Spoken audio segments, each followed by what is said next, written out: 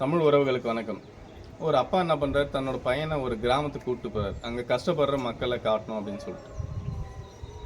ஒரு நாளெல்லாம் அந்த பையன் அங்க அங்க இருக்கிற மக்கள் எல்லாம் பார்க்க கஷ்டங்கள் எல்லாம் பார்க்குறான். எவ்வளோ வசதியா இருக்கு பாரு, அவங்கெல்லாம் பாருங்க எவ்வளோ கஷ்டப்படுறாங்க அப்படின்னு சொல்லி ரொம்ப பெருமையாக பேசிக்கினாராம். அதுக்கு பையன் சொன்னாராம், இல்லையா அவங்க தான் பணக்காரங்க, நாம பணக்காரர் இல்லை அப்படின்னு சொன்னாராம். என்னப்பா உன்னை இவ்வளோ வசதியாக வளர்க்குறேன் நீ எப்படி சொல்கிறீ அப்படின்னா, உண்மையாதான்ப்பா, நம்ம ஒரு தேங்கி இருக்கிற ஒரு ஸ்விம்மிங் பூலில் தான் குளிச்சுட்டு இருக்கோம். ஆனால் அவங்க ஓடுற நதியில், சுத்தமான ஒரு நதியில் குளிச்சுட்டு இருக்காங்க. நம்ம சாப்பாடெல்லாம் எடுத்து ஃப்ரிட்ஜில் வச்சிடறோம், அவங்களுக்கு அந்த மாதிரி எல்லாம் சேர்ந்து பகிர்ந்து சாப்பிட்றாங்கப்பா.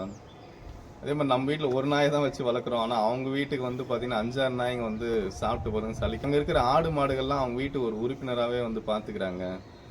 நம்ம கிட்ட வேலை செய்கிறவங்கெல்லாம் காசு கொடுத்தா தான் வேலை செய்வாங்கப்பா, ஆனால் அவங்கெல்லாம் வந்து பார்த்தீங்கன்னா ஒருத்தருக்கு ஒருத்தர் அவ்வளோ உதவியாக இருக்கிறாங்க. இந்த மாதிரி இயற்கையோடு இயந்த அந்த ஒரு வாழ்க்கை வாழ்தான் உண்மையிலே வந்து பார்த்தீங்கன்னா வசதியான ஒரு வாழ்க்கை. நன்றி.